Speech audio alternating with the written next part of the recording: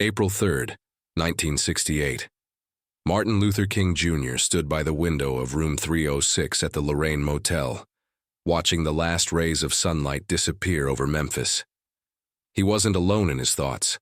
Across America, other voices were echoing the same whisper. Tomorrow, everything could change. But none of them knew, not yet, how violently tomorrow would shatter. The telephone rang.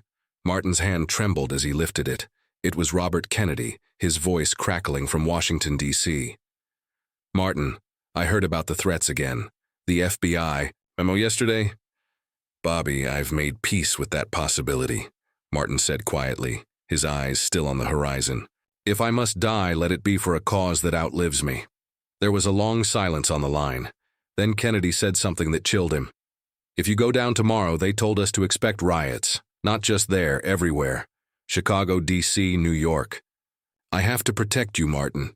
You can't protect an idea, Bobby, and that's what I am now. A magnet." The line went dead.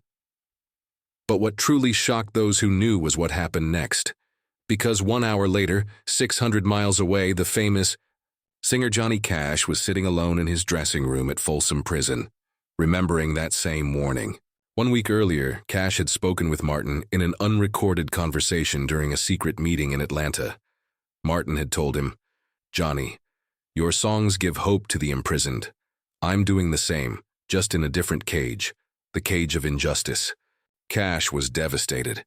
He wanted to tell everyone about Martin's words, but Martin made him promise, "Don't speak, not yet. Your songs will speak when my voice is silenced." Now, as the sun set behind prison walls, Cash whispered to his guitarist, "If anything happens to King tomorrow, we keep playing. We don't stop, even if the world burns." Wait, because the story gets even deeper when you realize who else was calling Martin that night.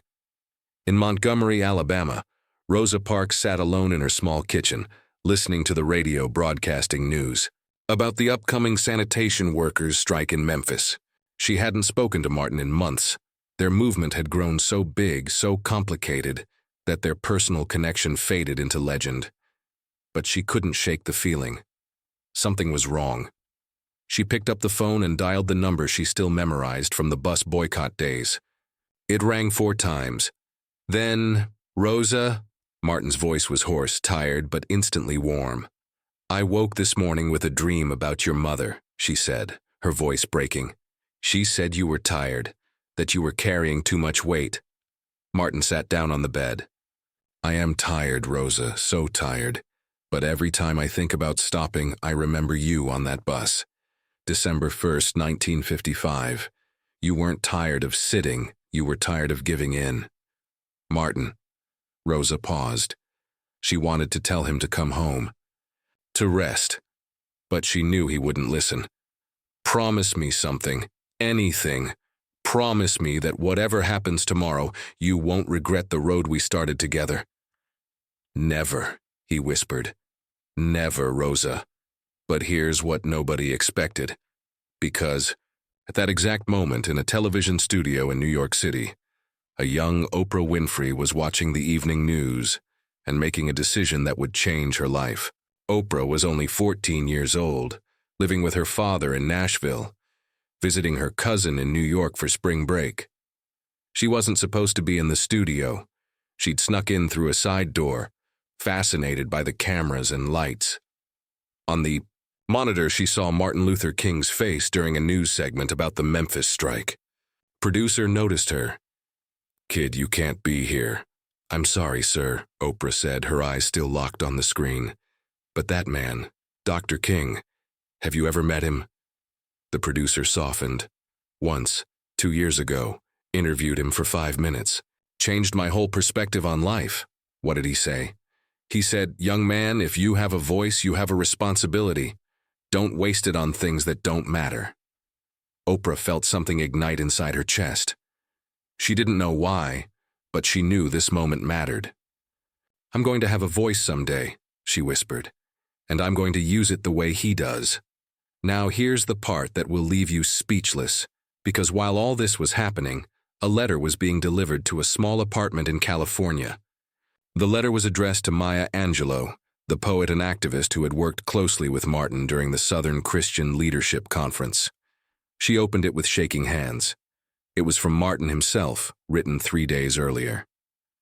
My dear sister Maya, if you are reading this, I may already be gone.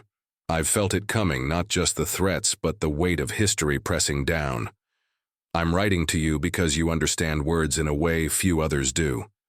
You know that our struggle isn't just political, it's spiritual, poetic, eternal. I need you to promise me something. If I fall, don't let them turn me into a statue. Don't let them forget I was human, that I was scared, that I doubted, that I cried in hotel rooms when nobody was watching.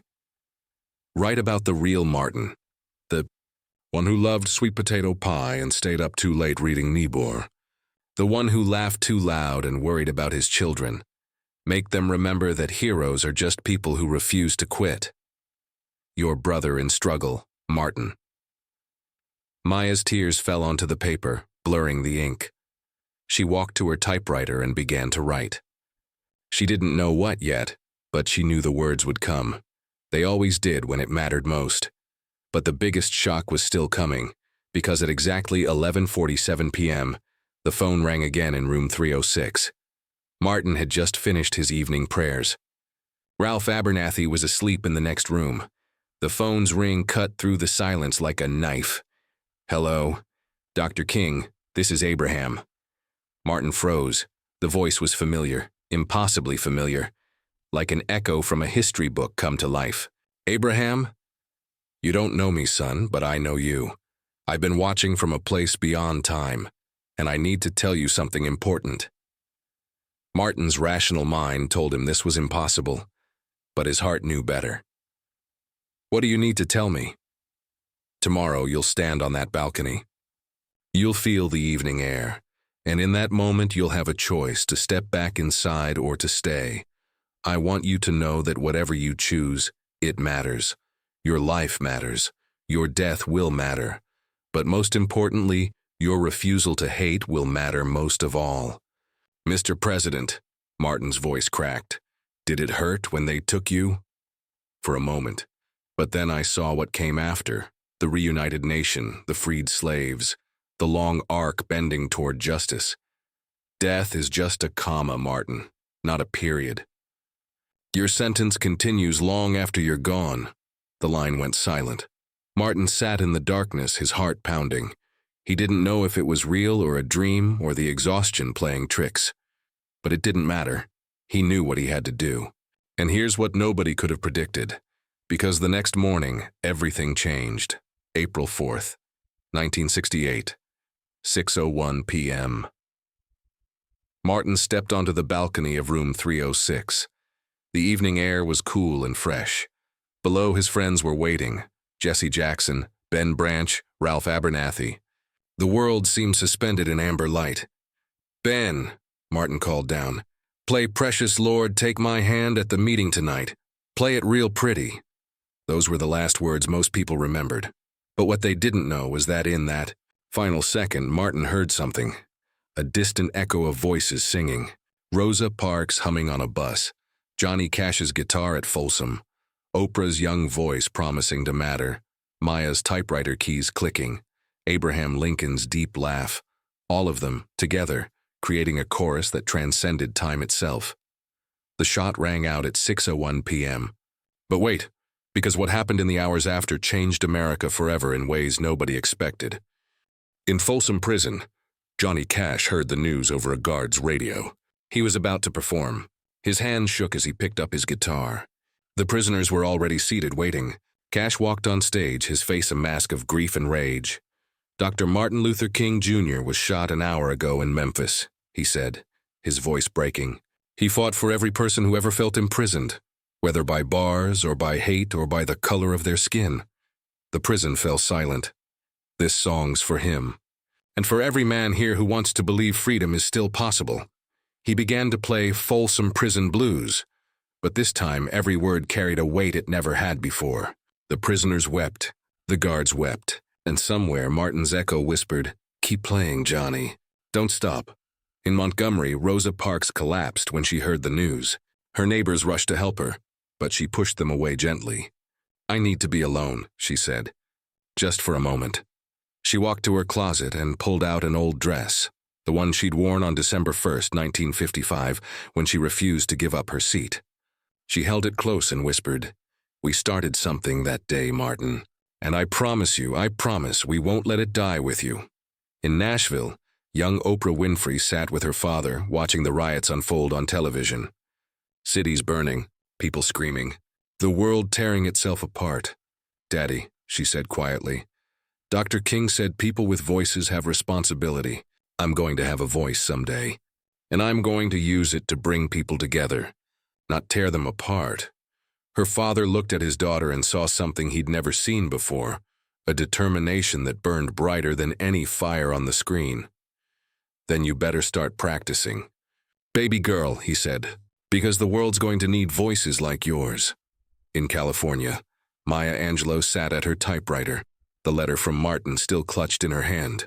She began to write, "A caged bird sings with a fearful trill of things unknown but longed for still." The words poured out like a river, like a prayer, like a promise. She wrote through the night, through her tears, through her rage. And when dawn broke, she had created something that would outlive them all. A poem about freedom, about resilience, about the unbreakable human spirit.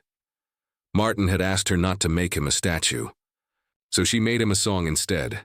And here's the final truth that will break your heart, because 50 years later, the echoes still haven't stopped. In 2018, on the 50th anniversary of Martin's death, a ceremony was held at the Lorraine Motel. Thousands gathered. Among them was an older woman, Oprah Winfrey, now a media mogul and cultural icon. She stood on the balcony of room 306 and spoke. 50 years ago today, a voice was silenced. But before he died, Dr. King taught us that voices echo. Rosa Parks' quiet no echoed into his dream. His dream echoed into our actions. Our actions echo into the future. She paused, looking out at the crowd. Johnny Cash kept playing. Maya Angelou kept writing. Rosa Parks kept fighting. And I kept talking, because I remembered what Dr. King taught us all. If you have a voice, you have a responsibility. The crowd was silent, tears streaming down weathered faces. Faces that remembered 1968. Faces that had lived through the pain and the hope and the long, slow bend toward justice. The echo doesn't end here, Oprah continued. It continues with you, with every act of kindness, every stand against injustice, every moment you choose love over hate. Somewhere in that crowd, a teenager raised their phone and began recording. The video would be shared 1,000,000 times. The echo would continue. That night, in a small church in Memphis, they played "Precious Lord, Take My Hand," the song Martin had requested in his final moments. The congregation sang, their voices rising into the darkness. And if you listened closely, really closely, you could hear other voices joining in. Rosa's quiet strength, Johnny's gravelly power, Maya's poetic grace, Braham's deep resonance, all of them together, creating an echo that refused to die. Because here's what they don't teach you in history books. Heroes don't die. They multiply. Every person who heard Martin's words and chose to act became another echo. Every teenager who watched Oprah's speech and decided to speak up became another echo. Every reader who discovered Maya's poems and found strength became another echo. The shot that rang out at 6:01 p.m. on April 4th, 1968, was meant to silence one voice. Instead, it created a chorus of millions. And that chorus is still singing today, in voting booths and classrooms, in courtrooms and coffee shops, in every heart that refuses to accept injustice as inevitable. Martin Luther King Jr. died on that balcony in Memphis. But Martin Luther King Jr., the idea, the dream, the echo, lives forever in every person who hears his words and thinks, I can do something too. And that's the real shock, because the story never actually ended. It's still being written, by you, by me, by everyone who refuses to let the echo fade. The night before Memphis, Martin made peace with his mortality, but he couldn't have imagined his immortality, not in bronze statues or marble monuments, but in living, breathing humans who carry his dream forward. Rosa Parks kept her promise. Johnny Cash kept playing. Oprah found her voice. Maya wrote the truth, and millions of others, names we'll never know, kept the echo alive in small, quiet ways that changed the world one act at a time.